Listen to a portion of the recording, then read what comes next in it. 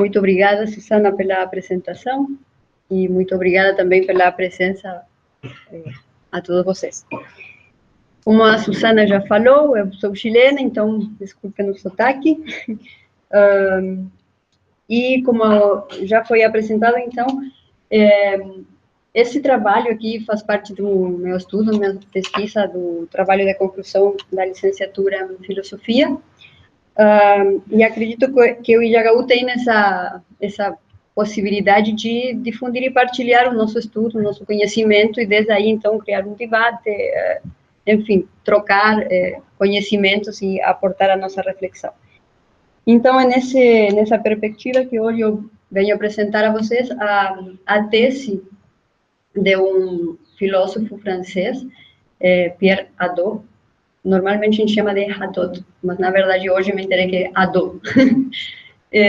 Então, ele é francês, ele é contemporâneo, morreu em 2010, e não é muito conhecido ainda, há uns 20 anos atrás, que começou a se tornar mais conhecido, principalmente devido aos estudos de Michel Foucault. Então, e agora o último também de George Agamben, que explicitou também na sua obra O Uso dos Corpos, faz uma referência explícita a Pierre Hadot. Então, uma pequena introdução. A minha apresentação, então, vai ser primeiro uma introdução do autor e um pouco alguns elementos que nos ajudam a introduzir a tese dele.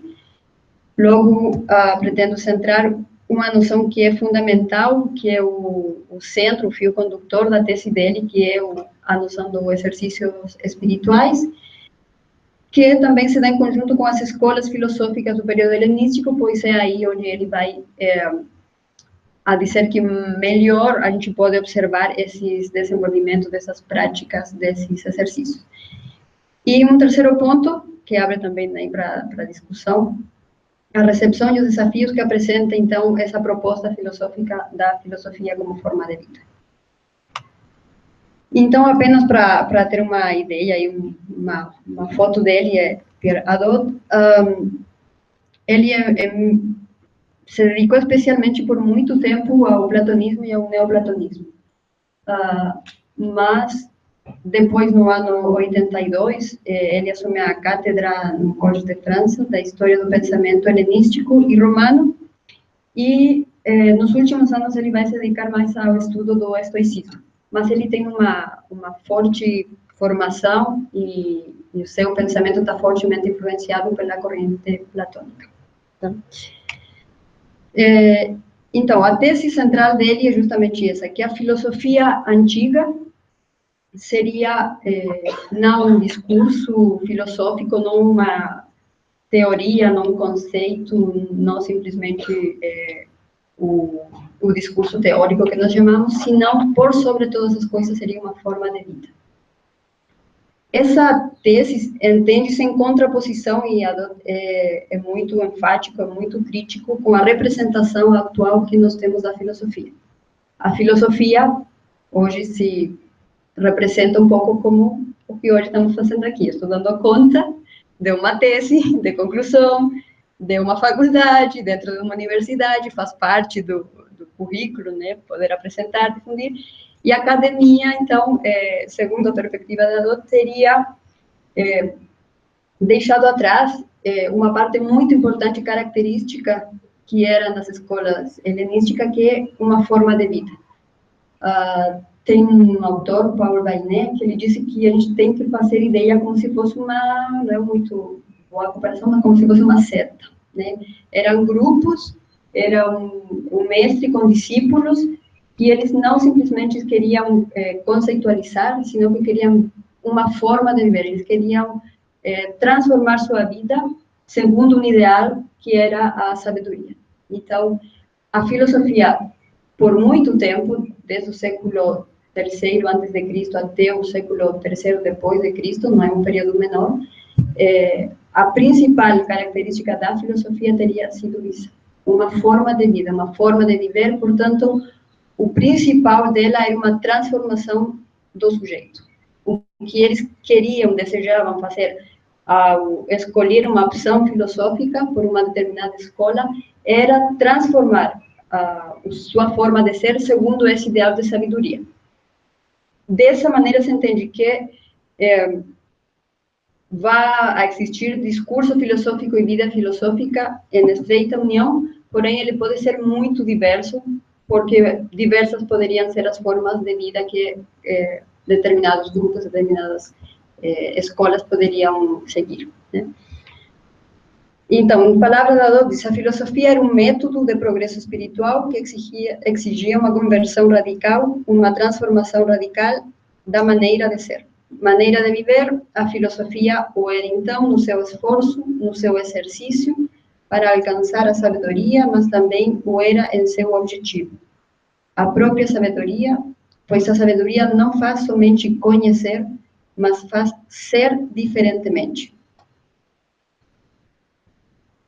Então, essa é, agora a gente vai detalhar um pouco mais, mas, em definitiva, essa é a tese dela, né? A filosofia é uma forma de vida, teria sido na antiguidade uma forma de vida. Agora, como é que ele chega a essa tese, né? Depois de um longo caminho de estudo, de dedicação, mas ele parte de uma... Tinha uma pergunta que incomodava ele, que era de nível literário. Ele respondia a uma observação que ele, notadamente, quando no estudo, ainda mais o platonismo, neoplatonismo, Plotino, enfim, ele se debruçava com comentários de autores modernos que diziam que os autores clássicos escreviam mal, e eles não respondiam a questões gramaticais, que tinha ausências, que às vezes existia, não poucas vezes, incoerência entre os textos. Então, isso leva ele a pensar que tem algo aí que não estava certo, não era tão assim que os autores antigos não soubessem escrever.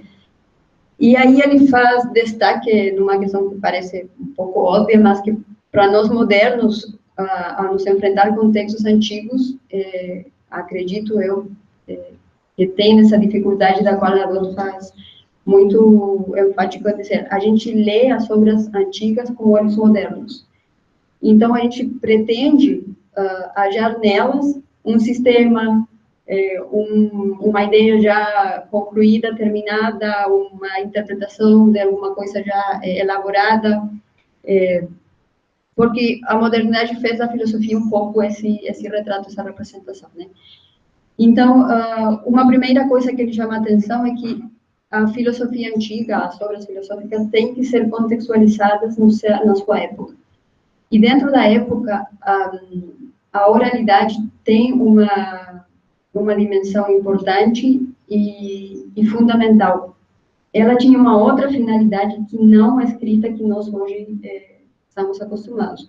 Hoje nós temos edições, sei lá, eu tenho aqui essa edição da obra dele, o que é a filosofia antiga, mas tem várias edições dessa mesma obra, foi reeditada várias vezes, ela está até disponível em formato digital, a distribuição dela é muito rápida. Então, essa representação que nós hoje temos, essa facilidade, talvez, com os conhecimentos, é totalmente diferente da que existia naquela época. Naquela época, as obras filosóficas, primeiro, não são feitas para ser difundidas. Elas são feitas em função de um progresso, de um caminho espiritual que os discípulos estão realizando na escola filosófica a qual pertencem.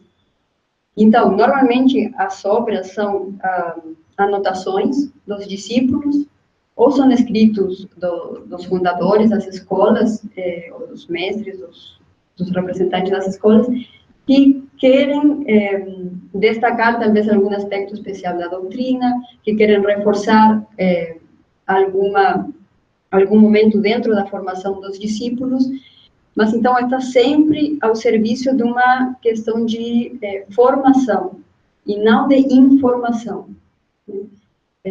A Dodds cita a frase de Victor Gollnisch, que diz, ele refere a Platão, mas ao platonismo, mas ele diz, a filosofia antiga, mais do que informar, era formar. ela tinha um caráter psicagógico que é de transformação da alma do espírito, né? E não de formação só. Não é também que se contrapõe, se distancia do que nós conhecemos, que é o discurso teórico. O discurso existe, mas o discurso existe em função dessa vida filosófica, em função dessa filosofia que se quer viver. Ele argumenta, ele é meio, ele é exercício, ele existe e está estreitamente vinculado, porém não é o mais importante. O mais importante é a vida filosófica.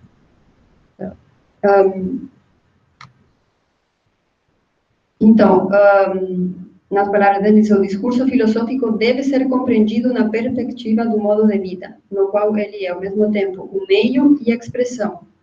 Em consequência, a filosofia é, antes de tudo, uma maneira de viver, mas está estritamente vinculada ao discurso filosófico. Então, essa um pouco seria a resposta a essa incoerência, suposta incoerência que existiria nas obras dos filósofos antigos. Só coloquei aqui um pouco em torno do que gira, então, essa ideia de filosofia, né? Uma opção de vida, é uma eleição, é uma escolha de uma escola, se situa ao início de um caminho filosófico e não muitas vezes no final. A gente, nós às vezes, depois de ter estudado alguma coisa, depois de nos deparar com uma teoria, então aí a gente modifica a vida.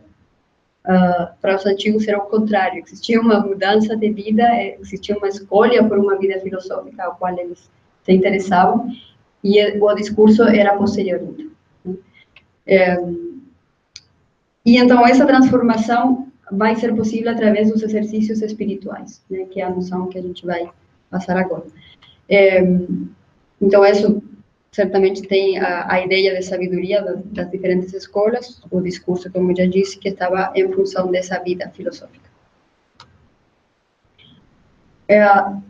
Nessa concepção de vida filosófica, então, Sócrates aparece com força, com centralidade, justamente porque Sócrates vai representar essa concepção de vida filosófica, né?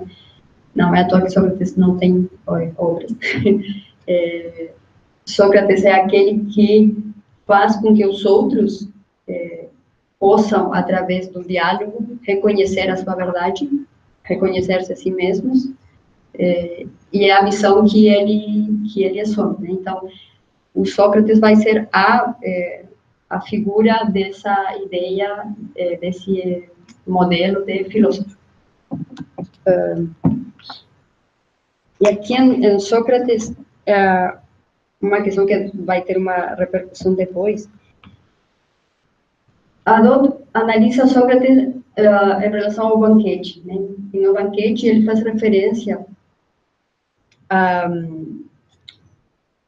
à sabedoria e ao filósofo, mas ao filósofo com átomos, como aquele que é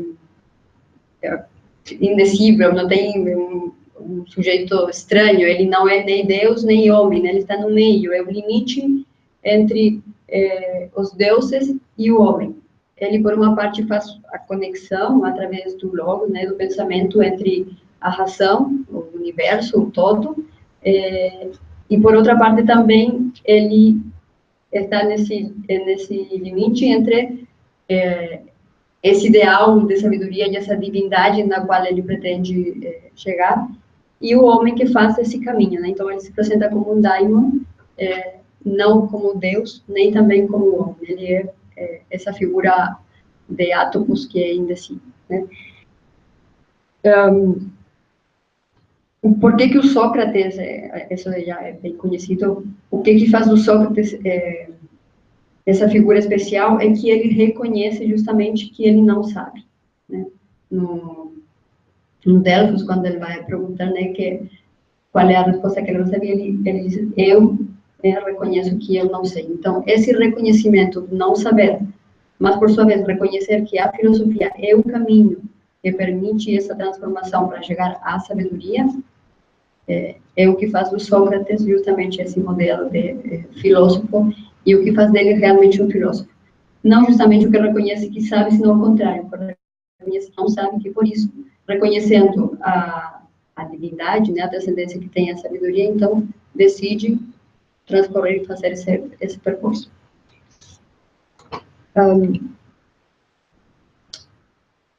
Filósofo, então, é aquele que, através da prática dos exercícios espirituais, as práticas de si, procurará a transformação total da sua existência.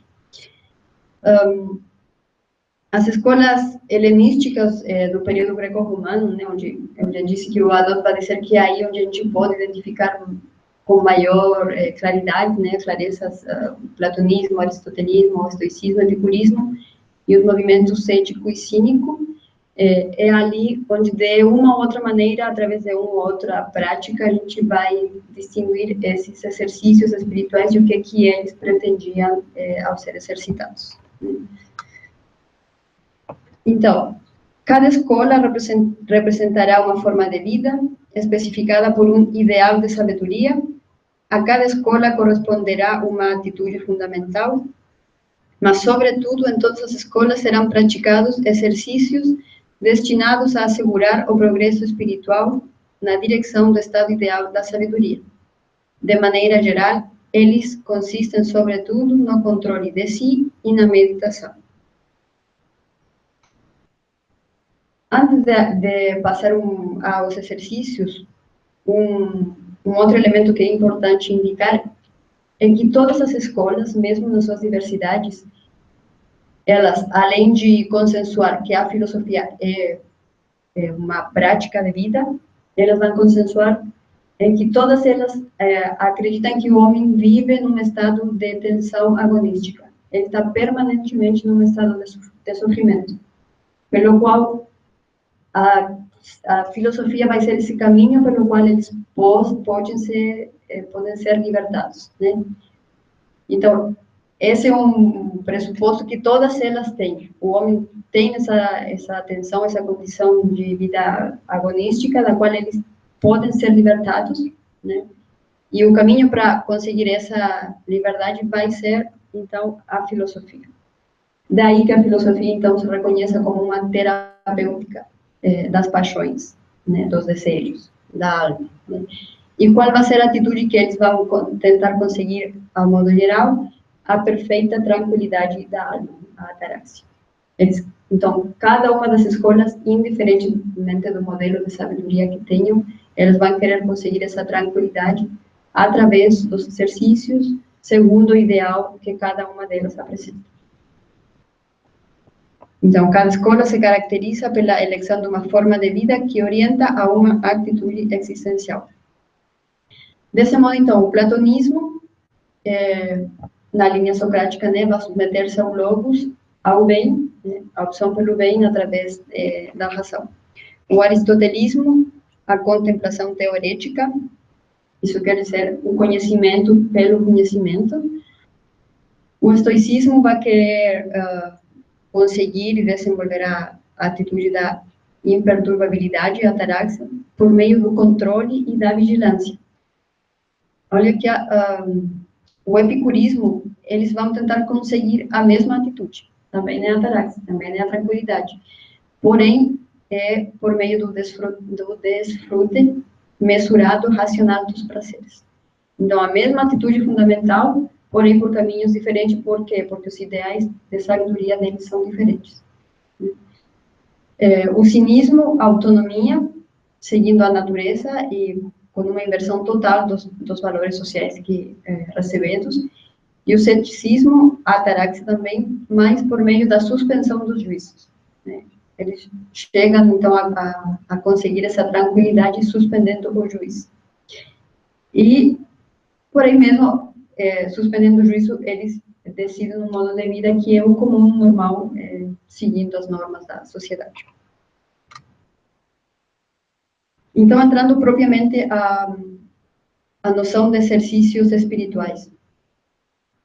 O que são esses exercícios? São práticas que podem ser de ordem física, como o regime alimentar, pode ser discursiva, como é o diálogo e a meditação, pode ser intuitiva, como a contemplação, mas todas elas são destinadas a operar modificações e transformação no sujeito que as pratica. Então, o exercício tem essa ideia, né, de ser um exercício prático e de um cuidado e de um interesse de uma ocupação, né, nesse caso, do sujeito. E espiritual, porque tem essa ideia de totalidade da pessoa. A noção de exercício espiritual não é a primeira opção que a Dó tem. Ele, ao longo da sua pesquisa, ele tenta procurar uma outra noção, a qual, por sua vez, não é muito aceita, não foi aceita totalmente, ela é questionada, ela realmente, muitas vezes, até foi uma das perguntas da entrevista, né? Qual é a relação com os exercícios espirituais de Santo Inácio? Porque normalmente a gente costuma mais escutar exercício espiritual, igreja, Santo Inácio, um pouco aí.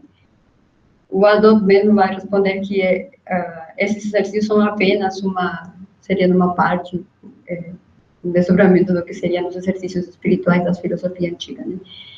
Mas por que a Dó assume, então, essa definição? Porque exercício é justamente essa prática contínua, é um exercitar-se continuamente, e espiritual porque faz referência à totalidade do ser.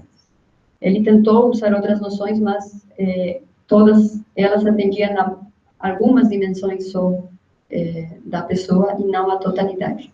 Então, nessa visão que a transformação da filosofia, o caminho de transformação da filosofia é da totalidade da pessoa, em relação a essa ideia que ele escolhe, então, a noção de exercícios espirituais. Então, não se possui um manual dos exercícios espirituais, não há uma obra que traga todos eles, descreva eles, detalhe eles. A Dó traz uma classificação que se apresentaria numa obra de Filó de Alexandria, mas não é que ela apareça assim tão detalhada e definida. Através dos exercícios que ele apresenta, poderia-se chegar a uma classificação desse tipo. Então, teria um grupo, como eu já falei, que seria mais do tipo mental, intuitivo, que é a atenção, a meditação, as lembranças, outro grupo de exercício de caráter intelectual, que seriam as leituras, a audição, a pesquisa, o exame aprofundado, e outro grupo que são mais de criar hábitos, que é o domínio de si, a realização dos deveres e a indiferença às coisas indiferentes, né, mais de hábito. Então, uma ideia de todos esses exercícios são praticados indiferentemente nas escolas. Alguns são mais próprios de uns do que de outros, né? Um que vai ser muito transversal, que vai ser muito praticado na maioria das escolas, é o exercício para a morte, um exercício que é próprio também platônico, mas que vai a ser praticado em todas as escolas, e a meditação. São os dois que talvez têm mais destaque dentre toda a lista dos exercícios.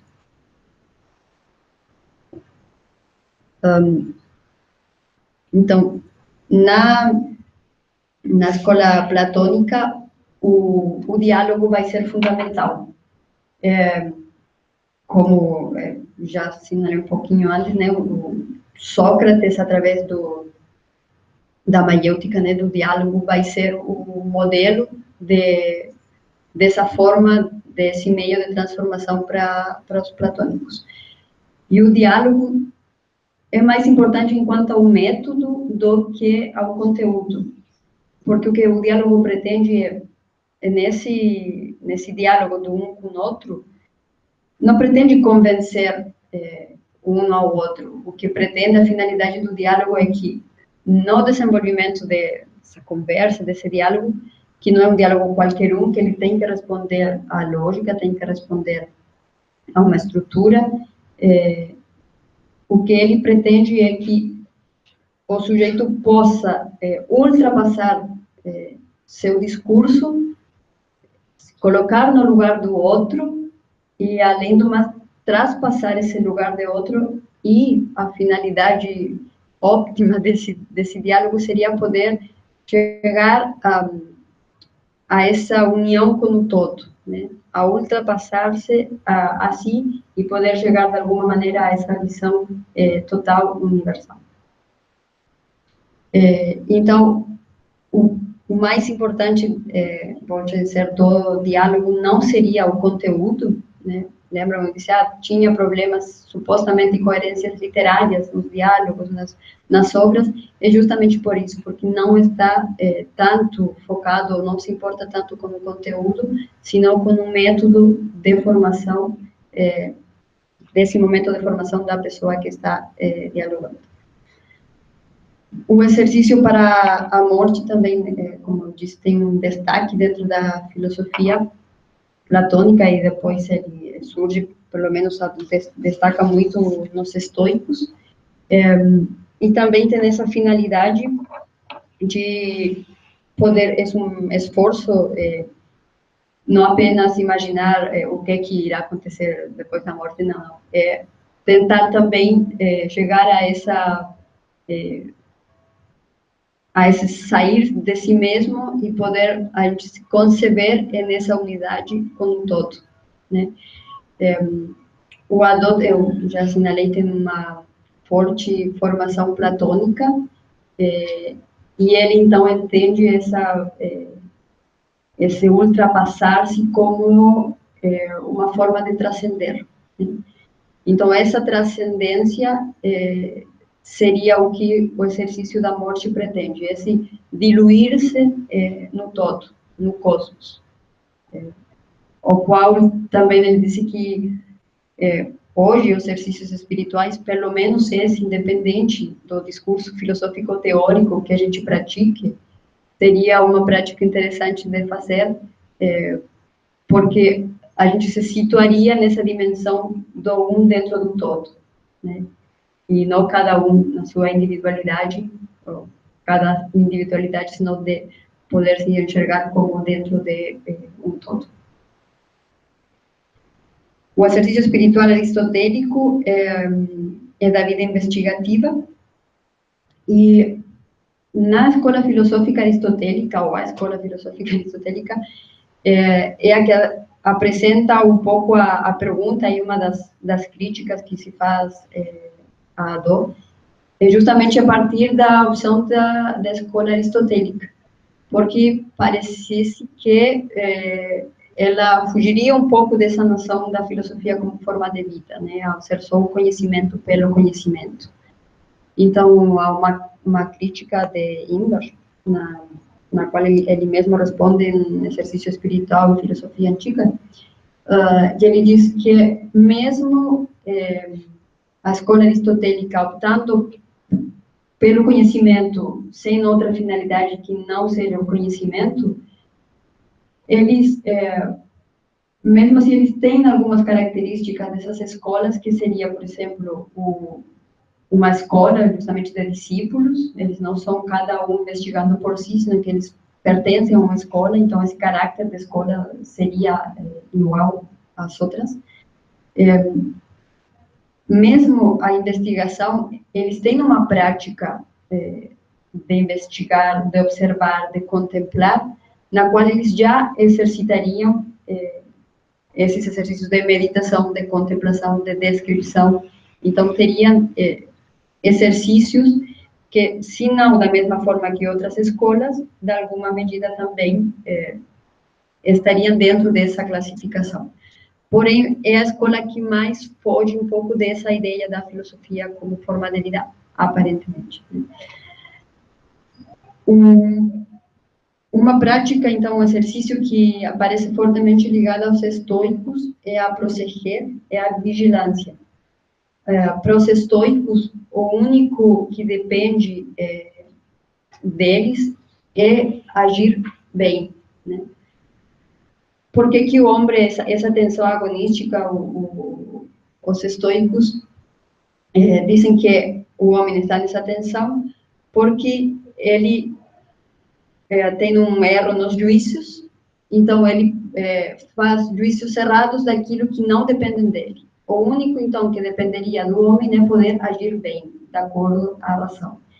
Então, eles vão se esforçar por estar sempre atentos e vigilantes a poder praticar a norma, a regra de vida que eles têm, que o único que depende deles é fazer e agir bem. Só o agir bem é o que pode depender de um. Então, essa é a única atitude pela qual vale a pena esforçar-se. Todas as outras representações, todos os outros acontecimentos que não dependem de um, não dá para fazer muita coisa, aderir a eles, né? Mas a atitude vai ser a vigilância.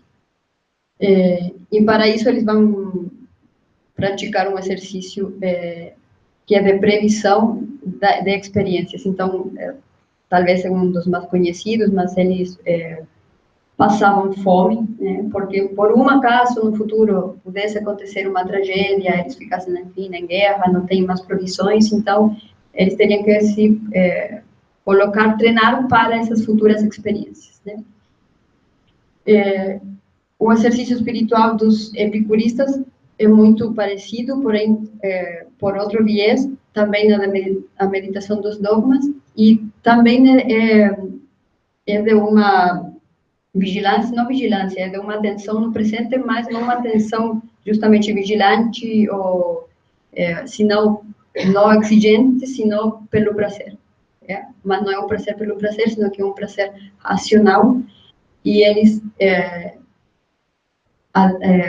vão atingir esse ideal de sabedoria deles através de uma cesse, de uma distinção muito rígida até dos desejos, para poder eles simplesmente desejar aquilo que é necessário.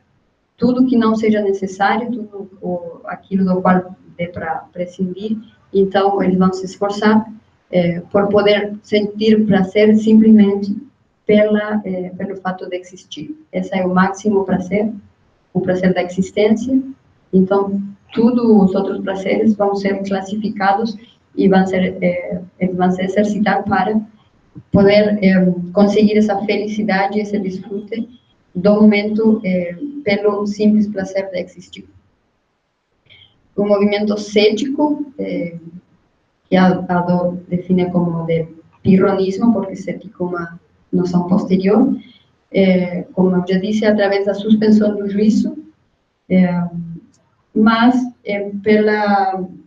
por um caminho de vida normal à sociedade onde eles estão.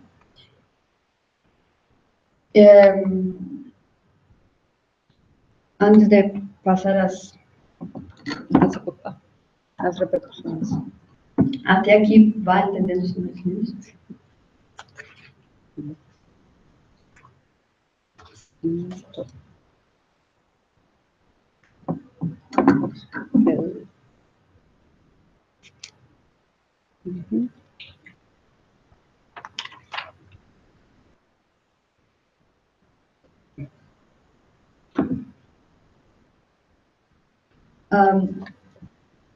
Dentro da pesquisa, do estudo do Adorno, ele vai ter uma atenção especial, então, no estoicismo. Tá? Eu já indiquei várias vezes que ele tem uma corrente forte platônica, porém a dedicação especial na última obra dele é do manual, das meditações de Marco Aurélio. E então, a modo de exemplo, porque depois, um outro ponto que eu quero entrar, que é um pouco a recepção dessa filosofia como forma de vida, essa ideia dos estoicos, e que o Adorno diz, é dos estoicos, mas é aplicável a toda a filosofia antiga, que a filosofia se dividia no discurso em ética, física e lógica, mas eles não se trata somente de saber, de conceptualizar, né, a física, a lógica e a ética, senão que se trata de viver. Então, não só é saber o que é fazer o bem, senão é agir bem. A física não é só saber as leis, ou como é que se entende a física, senão é contemplar a natureza. e a lógica também, então, é poder fazer essa descrição e viver de acordo, então, a essa relação.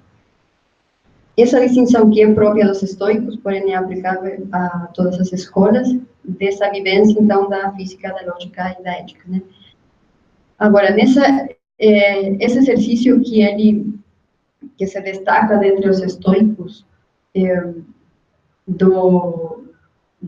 dessa purificação das representações para poder adquirir a tranquilidade da alma, vai ser importante e talvez significativa para poder entender as repercussões que tem a aceitação ou não dessa proposta da filosofia como forma de vida. Os estoicos dizem que distinguem em 3 âmbitos, que seria a do assentimento, disciplina do assentimento, do desejo e do impulso. Então, o assentimento seria, tem um fato que está acontecendo, eu vou colocar um fato pessoal, há poucos minutos atrás estava chovendo, tinha trovões, eu odeio os trovões, o Adolfo colocou um exemplo parecido de Epicuro aí. Então, no momento de medo, numa situação de angústia, a gente pode dizer, bom, essa representação, os trovões podem representar, enfim, caiu o mundo, acabou a morte, enfim, a gente pode fazer esse juízo e ter essa representação desse fato. Um estoico, o que faria? Ele, bom, esses acontecimentos estão já previstos pelo destino, o destino, ele é forte na crença do destino, da predeterminação dos estoicos, né? Porém, tudo o que está acontecendo é previsto pela razão universal. Então, o meu assentimento vai ser, eu posso negar essa representação como vindo da razão universal, e posso dizer, a chuva, os trovões, enfim, é má, é ruim, podem me trazer prejuízo, ou eu posso dizer, é o destino que quer que isso aconteça, e, pelo tanto, eu tenho a possibilidade, e mesmo que exista essa determinação pelo destino, aí abre uma brecha para a liberdade, de dizer, eu escolho aceitar essa representação, escolho aceitar esse fato, e não só escolher, o estoicismo diz aceitar até com bondade. Não estará bom, então tá bem. Não. É querer, chegar a querer aceitar de boa maneira, de bom agrado, os fatos que me aconteçam. Seja o trovão, seja a morte de um filho, seja, enfim, qualquer acidente. Se eu consigo chegar a sentir e estar de acordo com essa relação universal, então, isso, mesmo que o meu desejo, que talvez que me vem de fora, que é esse medo, que é essa angústia, que é essa dor, eu tenho também a possibilidade de, por outra força e por outra tendência inata do homem, de poder aceitar esse fato, e então poder agir de maneira consequente a essa razão universal, e que é agir de tal maneira que seja para o bem. Não apenas o bem individual, senão também o bem dos outros, né? Então, dessa maneira, os exercícios que eles praticam, especialmente, insisto, os estoicos, é para poder adquirir essa capacidade, esse hábito de poder aceitar em paz, com harmonia, com tranquilidade, com bondade até, o que o destino tem previsto, né? Então, para poder chegar a essa atitude da tranquilidade, e mesmo na morte do filho, mesmo sei lá, nos trovões, na chuva, na fome, na guerra, poder permanecer em tranquilidade, o indivíduo tem que se capacitar e exercitar para poder, através da repetição dos teoremas deles, através da contemplação, através do exercício da previsão de eventos, enfim, através de múltiplos exercícios, poder ir praticando tanto essa capacidade de coincidir ou aceitar essa representação, de poder transformar esse desejo nesse assentimento a essa representação e, consequentemente, poder agir de acordo ao bem não somente individual, sino também dos outros. Esse exercício, então, vai exigir, por isso, essa vigilância, essa proteger, estar em permanente tensão para poder sempre viver nesse assentimento, nesse querer desse destino.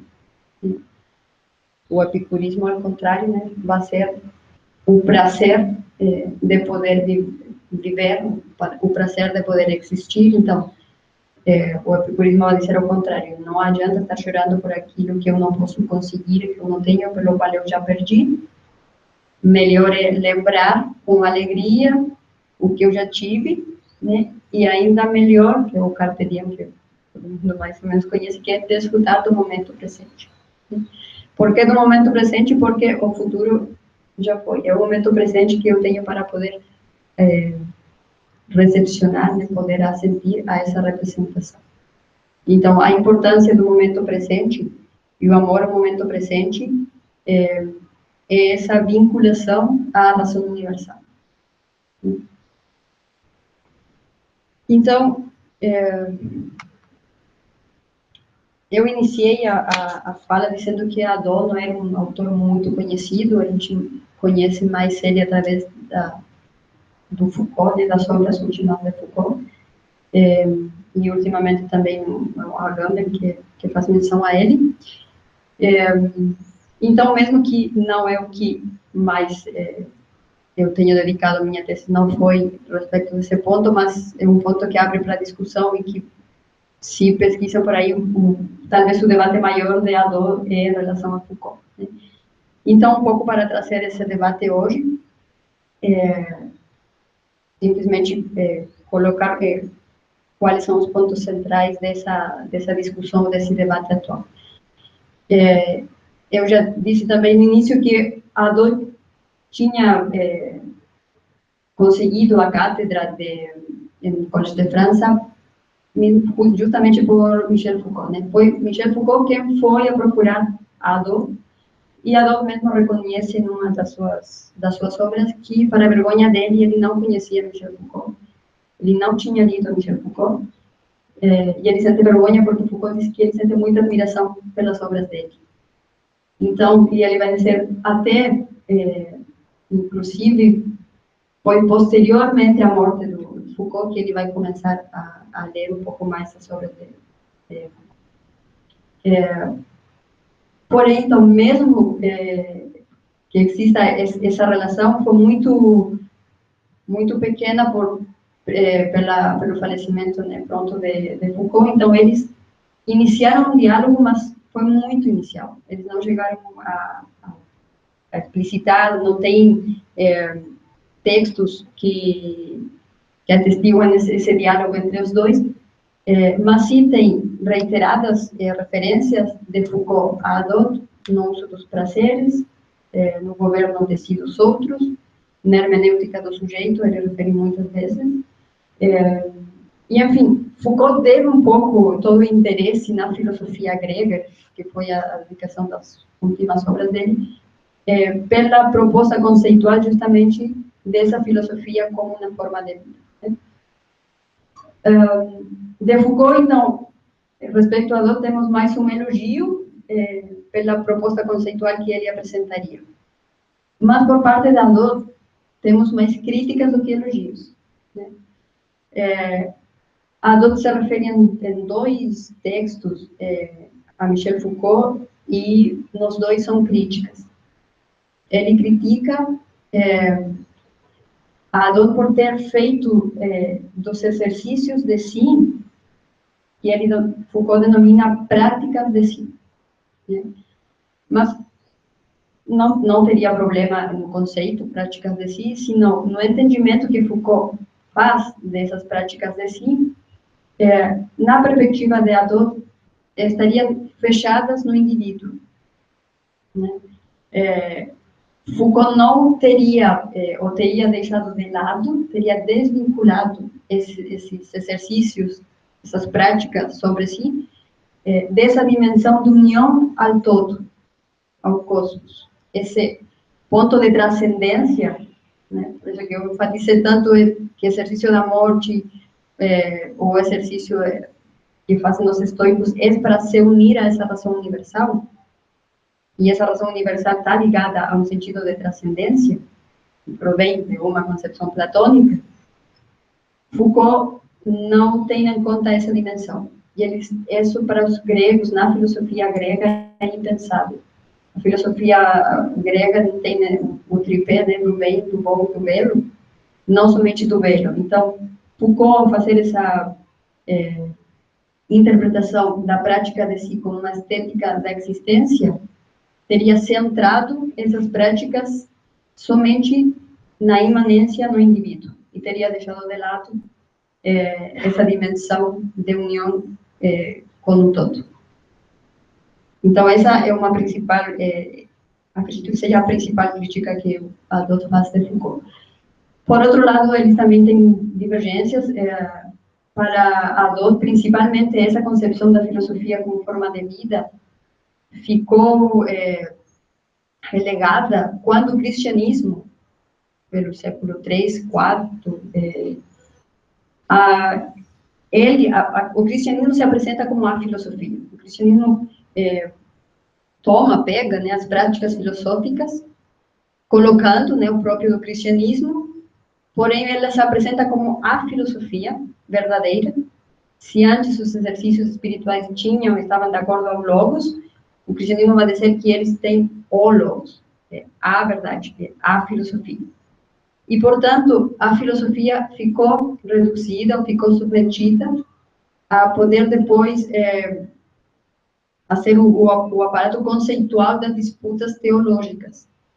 Mas a prática da vida mesmo teria sido tomada, certo, pela teologia. Então, para Adorno, aí se dá, talvez, o primeiro e a grande perda dessa noção da filosofia como forma de vida. Se bem ele reconhece nos autores modernos, até em Descartes mesmo, que é o pai da modernidade, mas mesmo Descartes, através das meditações, ele reconhece que tem essa prática de modo de vida, mas foi no cristianismo onde se produz essa ruptura. Para Foucault, vai ser certamente na modernidade. Ele não... ele centra essa quebra, essa ruptura ali na modernidade, porém, tem outra diferenciação ali, mesmo que Adorno reconheça essa ruptura no cristianismo, é por uma assimilação entre as duas, entre essa filosofia grega das escolas e o cristianismo. Para Foucault vai ser o contrário, o cristianismo, na prática ainda mais medieval e adiante, o cristianismo vai fazer não um uso, um abuso dessas práticas através da manipulação através das práticas, principalmente através da prática da direção da consciência. Então, já ficaria bem perdida essa dimensão de transformação do sujeito por uma de submissão, né? O que ele vai reconhecer e chamar de autonomia pastoral. Né? Então, essas convergências e divergências, ao dizer dos autores, Foucault e Adorno teriam mais coincidência, sim, em aceitar que a filosofia antiga, a filosofia grega, era uma forma de vida. Porém, o que eles compreendem por estética, por ética, por política, seria bem diferente. A noção a ideia de estética ou de ética que se desprende de Adorno estaria muito mais vinculada a uma questão moral, mesmo por estar, por ser regrada, né, por pertencer a regras de determinadas escolas, enfim. E Adorno, não à toa, escolheu o cinismo, que é na última obra dele, que não é uma obra, é um curso que ele dá, né, mas a gente tem na obra agora, Coragem da Verdade, ele centra seu estudo sobre os cínicos, né,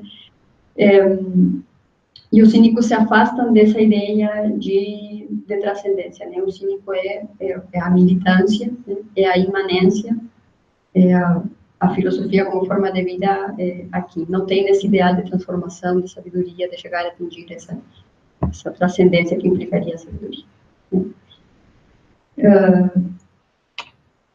Então, mais ou menos o debate, a gente pode agora conversar um pouco mais, a conversação entre Foucault e Adorno, a recepção dessa filosofia como forma de vida estaria questionada nesses pontos, né? Eu não trouxe aqui, porque também não é o próprio, tenho conhecimento só de referência, mas não tenho aprofundado. A Agamben fácil de seria uma crítica a como Adorno teria entendido Foucault, e justamente uma das apreciações que ele faz Adorno não conhecia a intenção do projeto de Michel Foucault, que era justamente uma nova formulação da ética, né, um novo entendimento ético. O Adorno não compreenderia a intencionalidade de Foucault, de que ele se interessa por formar uma nova ética que não certamente igual a dos gregos, mas que os gregos teriam inspirado essa possibilidade de construção dessa subjetivação que é permanente. E que o próprio dessa subjetivação é a relação com esse si mesmo, né? Bom, então, um pouco para concluir, a tentativa de Adorno, a tentativa mesmo do Foucault e do Agamben também, é ser resgate por esse caráter prático da filosofia, né? E hoje, como já disse, está perdido, é mais discursivo, mais um aparato conceitual, é mais de especialistas, de expertos, com uma linguagem complicada, pouco familiarizada, que só alguns entendem, muito distintamente disso aí, a filosofia antiga, então, teria sido uma opção, uma escolha por uma forma de viver. Isso aí. Muito obrigada.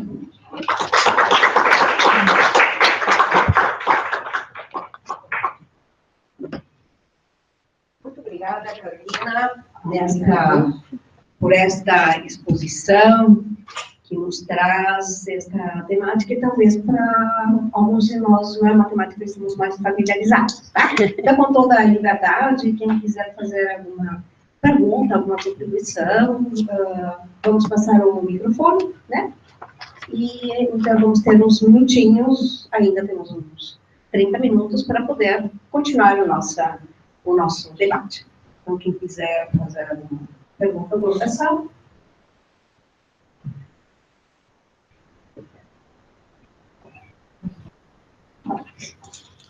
Olá, bom, meu nome é Jean, curso de Filosofia Financeira.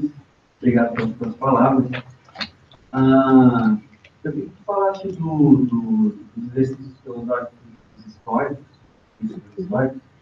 e tu tem expor sobre isso, falando que eles tinham uma concepção que o destino predeterminava as coisas, enfim, e de que a grande questão da coisa era a gente aceitar esse destino como ele é, e, independente da catástrofe, crer que aquilo pode ser, quem sabe, até melhor, ou, enfim, aceitar, uma questão de aceitação. Isso no cristianismo também tem algumas vertentes teológicas, principalmente na modernidade, ali algumas vertentes até protestantes, o calvinismo, até o anticismo, se não me engano. Só que não é destino, né? É Deus mesmo que determina as coisas, predestina. E o papel do cristão nesse caso também é uma questão de aceitação, só que diferente da concepção do estoicismo, não há uma questão de liberdade muito explícita nessas vertentes teológicas, como a do que falou que há uma brecha no estoicismo para uma questão de liberdade, que é essa própria aceitação. A minha pergunta é como fica essa liberdade se é predeterminado? Então, eu sou predeterminado a aceitar também o que o destino faz. Como é que fica essa questão da aceitação? Obrigada pela pergunta, já. Eu acredito que tem uma concepção de liberdade que é totalmente diferente, né? A liberdade da qual falam os gregos praticavam não é a liberdade que é a liberdade moderna, que é a que a gente vivencia, né? O livre-arbítrio, que justamente entrou também com o cristianismo, né? A liberdade dos gregos está dada justamente nessa aceitação, né? Através da razão, daquilo que é bom, daquilo que faz bem. Na modernidade, mudou tudo, né? Mudou o conceito de liberdade, não existe a razão, as racionalidades, né? Mas não há uma referência única sobre a qual, como nos gregos, existe essa liberdade concebida como uma aceitação através da razão desse bem. Então, sem lugar a dúvidas, o conceito de liberdade que está em jogo, o conceito de vontade também que está em jogo, é diferente ao que nós temos.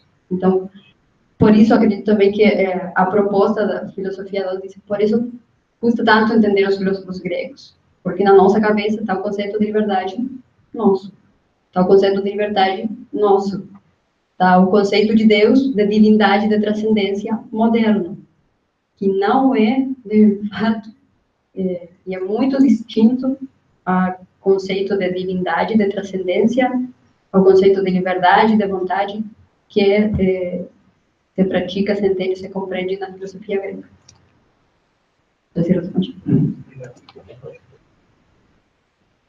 Uma pergunta?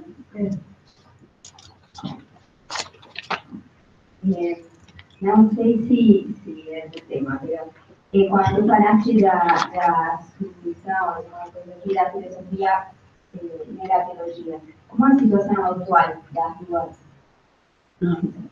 Muito boa pergunta. Obrigada. Não aparece nem Anedota, nem Foucault, nem Gambit, não. Mas a gente pode fazer, hoje até seria uma boa tese, fazer um estudo de, justamente hoje, está acontecendo o contrário.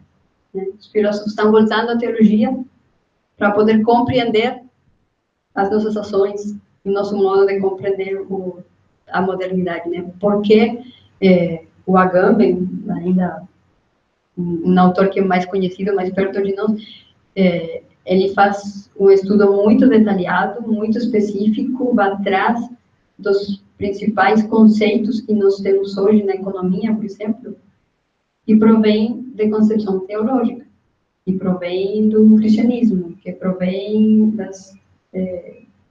dos filósofos, foram teólogos, que foram compreendendo e articulando toda que chama a máquina governamental, né, através de conceitos teológicos. Então, hoje poderíamos dizer que é o contrário, é a teologia que está sendo útil para poder compreender a filosofia, a forma que nós temos hoje de viver. Bem, primeiro uma pequena consideração aí sobre os espirituais, depois uma pergunta. Lendo um pouco a Dô, e aí essa questão de como é que é possível repensar hoje uma filosofia como forma de vida, que faria parte desses espirituais, quer dizer, como a gente poderia propor para o homem de hoje modernos, esses espirituais, não renacianos, mas esses espirituais que os gregos propõem. Como seria isso? Então, eu penso que hoje, por exemplo, toda essa literatura de autoajuda, que no fundo é isso, mas eu diria é uma literatura que não faz pensar, porque os espirituais dos gregos era principalmente fazer pensar, fazer se transformar, fazer... A literatura de autoajuda é simplesmente uma, como é que eu vou dizer, um autocomprazimento afetivo, que é uma coisa que é bonita, que dá paz, mas, quer dizer, é um engano toda essa literatura. Algumas de cunho até religioso são todas um engano, porque não fazem pensar, não fazem a pessoa. Então, como seria essa questão dos espirituais? Se a gente vê que hoje os exercícios físicos são tão parte da cultura atual. E eu penso que no caso dos gregos, certamente o ginásio também tinha, fazia parte disso também, quer dizer, era um exercício do corpo, da alma, de tudo. Quer dizer, como, por exemplo, se poderia, aí seria, como eu vou aqui na academia, seria, como é que se poderia fazer que a academia, que hoje é só física, fosse academia também espiritual, que integrasse corpo, espírito, e lá também se fizesse isso. Quer dizer, eu acho que isso seria muito necessário hoje. Bem, isso é uma consideração, pode-se comentar, e depois seria uma pergunta, isso sim. A gente sempre diz que não se pode estudar filosofia sem estudar os gregos. E que qualquer filósofo você pode ligar lá com os gregos. Ele é aristotélico, ele é platônico, ele é... Quer dizer, a inspiração de toda a filosofia ocidental sempre foram os gregos.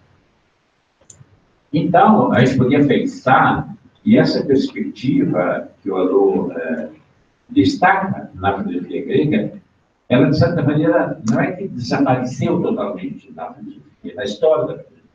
Eu acho que poderia fazer um estudo, mesmo se a parte do discurso foi predominante, a pergunta seria, e eu acho que o Alô no momento disse, e aí justamente Montaigne, que você coloca aí, ou muitos tantos outros, quer dizer, em que essa perspectiva da filosofia como forma de vida ele esteve presente em toda a história da filosofia. Seria até uma coisa interessante fazer uma releitura da história da filosofia, tentando descobrir essa perspectiva meio escondida, mas presente na toda a história da filosofia até os nossos dias. Agora, pode ser que sim, uma filosofia analítica, sociológica, ela é totalmente...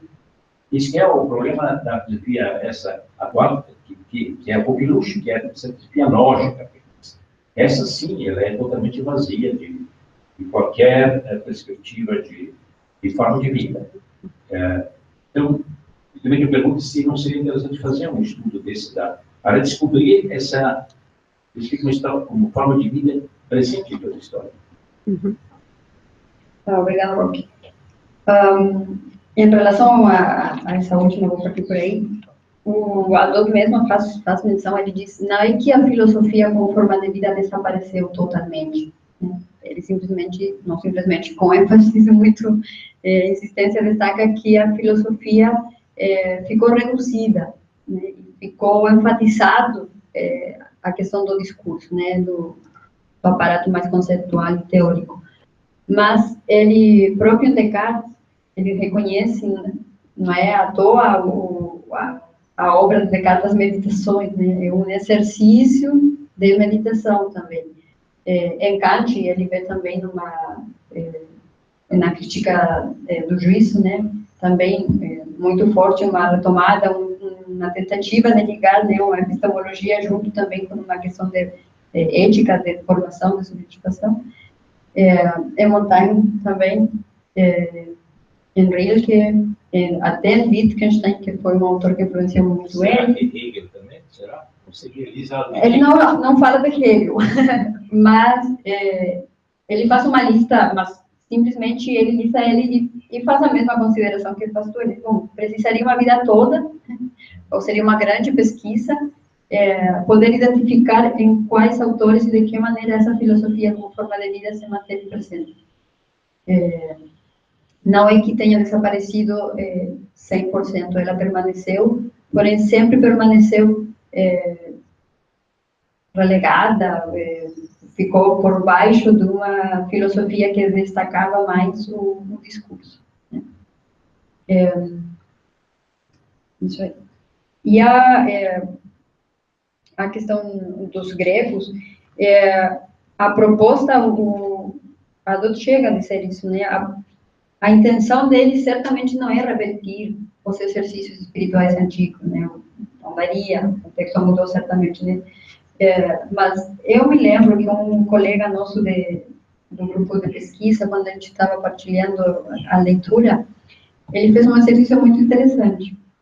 Ele pegou o telefone celular, é uma tecnologia que a gente usa muito agora, né? O telefone está sempre perto de nós. E ele começou a gravar o que ele ia pensando quando dirigia do trabalho para a universidade, do trabalho para casa. E começou a fazer um relato do seu dia a dia. Não por escrito, né? Hoje a gente quase não tem tempo para sentar para escrever, mas ele fazia gravando. E depois, no outro dia, ele escutava o que tinha falado no dia anterior. E ele foi fazendo essa experiência por um tempo. E aí depois ele compartilhou, ficou muito interessante poder ele se escutar e poder fazer um exercício dele consigo mesmo. do que era o que ele mesmo falava, o que era o que ele mais importava, se ele tinha feito algum propósito, depois não tinha conseguido, enfim. Pode ser uma prática muito simples, mas me lembro quando ele comentou, a gente achou muito interessante, porque hoje a gente não vai sentar e escrever, e a gente não tem os dogmas, enfim, mas são práticas que a gente pode começar a pensar novas práticas. Não é que não existam essas práticas. Tem, talvez o que mais se aproxima dessa filosofia como forma de vida ainda é a vida religiosa consagrada, a militância de alguns grupos políticos, a opção de, enfim, circuitos, pessoas que têm uma opção de vida vegana ou de alimentação de determinada maneira, enfim. Mas ela não, a gente pelo menos não conseguiu identificar alguma que conseguisse unir tanto o discurso quanto a prática. Muitas vezes a gente ou tem na prática e não tem nesse discurso, então que argumente, que dê teoria, que justifique, que seja o meio pelo qual a gente dê conteúdo a essa prática, ou a gente fica no discurso teórico, de ideias, porém desligado de uma prática. Então, a ideia é difícil de identificar. Tem uma escola de Kyoto que tem uma prática, poderia ser nessa linha, mas é o desafio que o Adorno tenta colocar. Eu acho que a pergunta que eu ia fazer era responder isso sem que eu te perguntasse, mas igual eu faço a pergunta, né? O primeiro aspecto é o que te levou à escolha dessa temática, né? Filosofia pode ser muitas coisas. Por que escolheste essa temática? E a segunda, considerando que a tua prática no dia a dia é muito perto das pessoas mais pobres, dos projetos sociais, das pessoas mais necessitadas, que aí está teu coração, como é que tu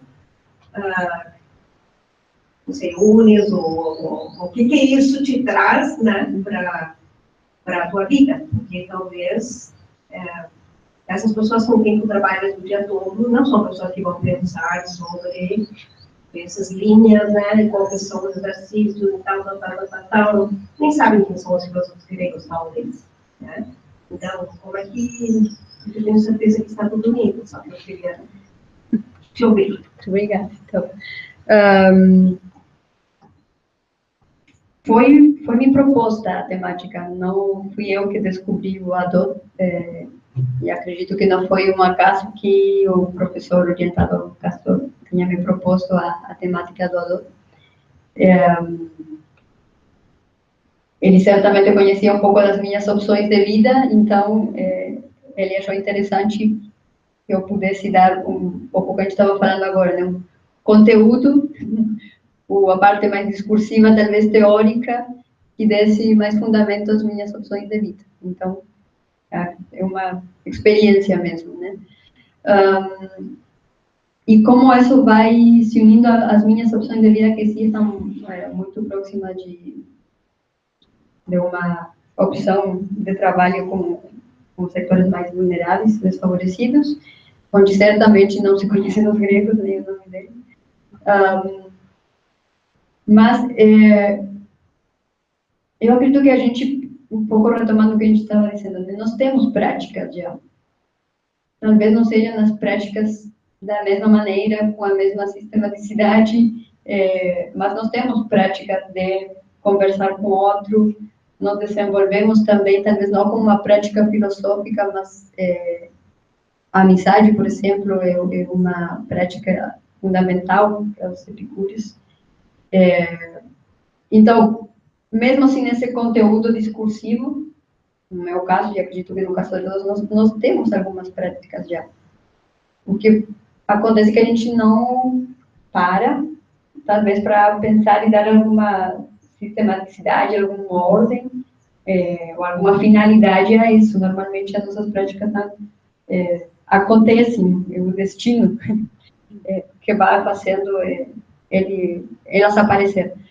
Mas eu acho que nós temos, sim, algumas práticas, no meu caso tenho, então, nas minhas ações, no meu dia a dia, certamente não são os gregos e os filósofos nesses momentos aí, mas são práticas e dão um conteúdo e um argumento, aquilo do qual eu faço sim uma prática de vida. Obrigada. Mais alguém? Oi. Quando você estava falando, eu estava pensando e aí o que tu falou também veio de encontro com o que eu estava pensando, eu estava fazendo uma pergunta com tudo que ao mesmo tempo. Mas assim, antes foi falado a respeito dessas questões de autoajuda e tal, e a gente sabe que a gente tem alguns filósofos pop, né, na nossa atualidade, que são aqueles filósofos que tentam levar a filosofia para o maior número de pessoas, de uma linguagem mais clara, mais simples e tudo mais. E aí, quando foi falado, eu realmente não conheço da tua história, da tua vida, como é a tua vida, mas me parece que tu trabalha com pessoas mais carentes e tal, né? Pelo que eu entendi é isso, né?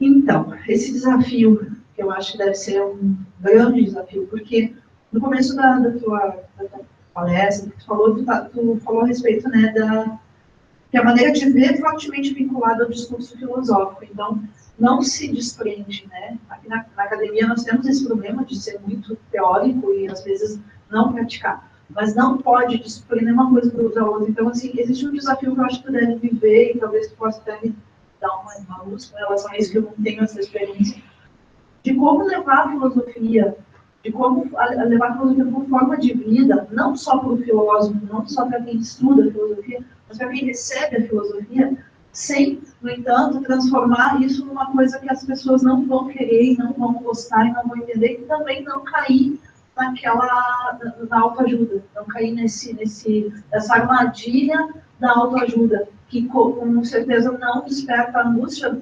necessária para que tu consiga realmente te conhecer e realmente ir em busca da sabedoria, que é o objetivo, né? Então, eu acho que todo ser humano tem que ter, precisaria ter isso, até para que a sociedade como um todo evoluísse e melhorasse. Não sei se eu consegui fazer. Me parece. Me parece que sim. Sim. Vamos ver se eu consigo entender e responder, então. Tu me fez pensar um pouco também no desafio que talvez, eu acredito que tu dá aula, talvez, não sei, mas nos encontros, nas aulas, a gente discutia um pouco o desafio com os alunos na sala de aula. Não é a minha realidade, mas eu imagino uma realidade como essa, assim, não deve ser nem fácil e também por aí um pouco parecida, talvez, a uma outra situação, em outras realidades, onde a filosofia, enquanto discurso teórico, não se conhece ou não se tem interesse. Eu acredito que tenha, talvez, algumas noções que possam nos ajudar. Na filosofia grega, como disse, tinha uma opção de uma escolha, mas era uma forma de vida determinada, né? Não era uma única forma de vida. Os cínicos tinham sua forma de vida, os estoicos tinham sua forma de vida, os epicuristas tinham sua forma de vida, enfim. Existiam várias formas de vida, e hoje em dia existem várias formas de vida, né? Eu acredito que a pergunta tua vai mais nessa direção. Como fazer, então, dessas diferentes formas de vida, dar algum substrato, não sei se dá para dizer essa palavra, mas algum conteúdo, o que a gente chamaria talvez um discurso mais teórico e não dissociar as duas realidades, né? Me parece que, primeiro, também, como os próprios comentaristas falam até do Adorno, por uma questão de opção de vida e de testemunho de vida, né?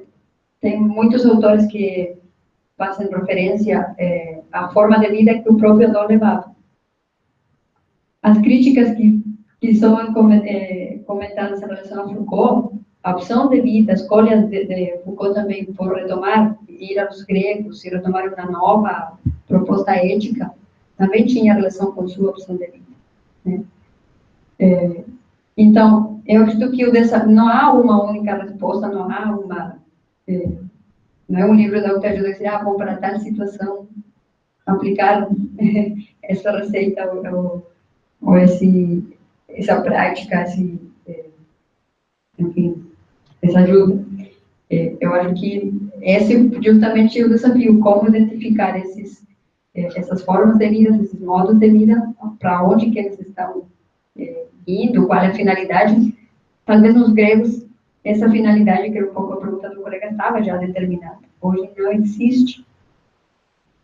Hoje se procura. E aí é que os livros de autoajuda vêm ao encontro dessa necessidade. Então, nem o Adolfo dá a resposta. Eu acho que esse é justamente o nosso desafio. Eu não tenho a resposta também, não. Eu sim tenho a experiência que, para mim, o próprio estudo do Foucault, do Lacan, enfim, de certos autores vão se unindo, vão sendo ao encontro de uma forma de vida na qual eu acredito, e na qual a gente tem que ter essa atitude crítica.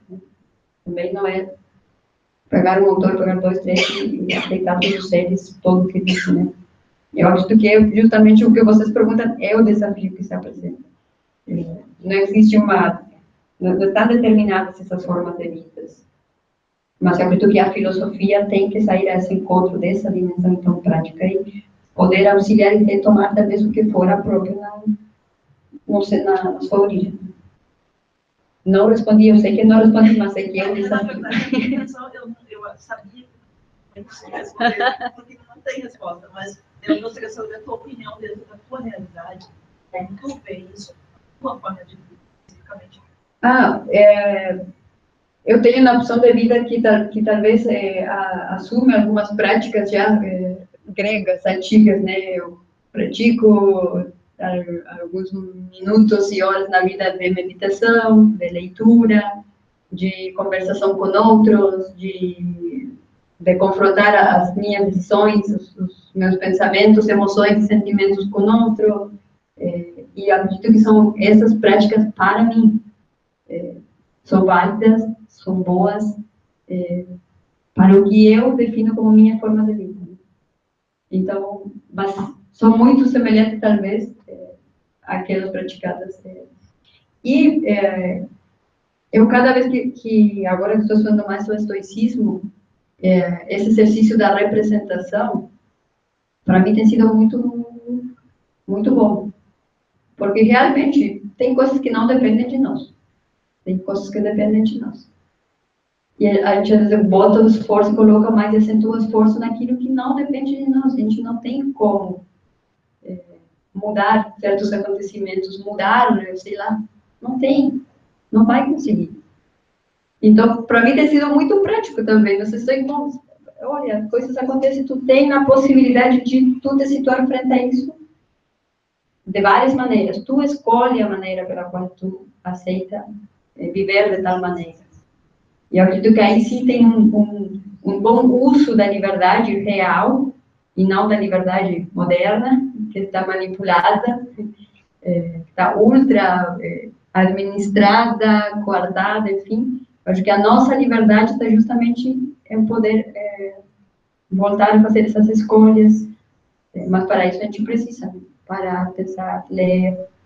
Práticas que talvez hoje são um pouco difíceis, porque a internet, enfim, muitas informações. Eu acho que um pouco por aí vai. Eu acho que uma outra coisa, por exemplo, comparando as escolas gregas com os seus espirituais, que eram sempre escolas de um grupo. Isso. Ninguém fazia espiritual sozinho. Isso é o problema também da autoajuda. A autoajuda eu vou procurar uma autoajuda, eu não me confronto com o outro. Alta apenas. Como aquilo que você já citou, alguns exemplos de que hoje poderia ser algo que se assemelha às escolas, também são sempre coletivos. São grupos. São grupos. Nunca são pessoas individuais. Mesmo, tem gente que eu faço meditação zen. Mas se eu faço meditação zen sozinho, eu não me confronto com alguém, eu posso estar olhando para o meu umbigo, não me confronto com outros. Eu acho que isso que é o difícil para nós hoje. Quer dizer, a dificuldade de se confrontar com o outro. Então, essa é a dificuldade para fazer esses espirituais hoje, porque não é só você fazer uma certa... então, aí vem a crítica, não sei, uma certa estética na minha existência, em que eu não me confronto com os outros. E é a dificuldade hoje que eu acho de fazer isso. Sim, tu apontou uma realidade muito importante. Certamente, a filosofia não era concebida sozinha, eram todas as escolas. Mesmo os cínicos, que não tinham discurso, não se uniam para escrever, para redactar, para formar um discurso, eles, mesmo sendo um movimento, era um coletivo. É uma dimensão que hoje, sim, o individualismo é mais forte que o coletivo, e a gente precisa se confrontar com o outro, como estava ensinando, que é uma das críticas, um pouco por aí se entende a crítica que é feita a Foucault, né? A prática não é simplesmente do si sobre o si, em si, para si, né? É uma transformação do si, mas que tem em relação ao outro, na perspectiva dos outros, se não do todo transcendente, mas de outros. Então, muito obrigada, Carolina. Batemos palmas para agradecer. E essa necessidade de continuar com outros, debatendo, pensando, confrontando opiniões, diferenças, continua aberta. Na próxima quinta-feira, então, nós já vamos ter mais minha ideias, outro também. E assim, encerraremos daqui a pouco o nosso semestre, mas o ano que vem já temos também muitas temáticas para continuar discutindo. Agradecemos, então, a participação da Carolina e a sua contribuição, que quem quiser continuar pensando essas temáticas, recomendo a publicação, que vai ser daqui a pouco, e a entrevista. Muito obrigado, boa tarde ou boa noite para vocês. Muito obrigada. Obrigada. Boa tarde. É no YouTube,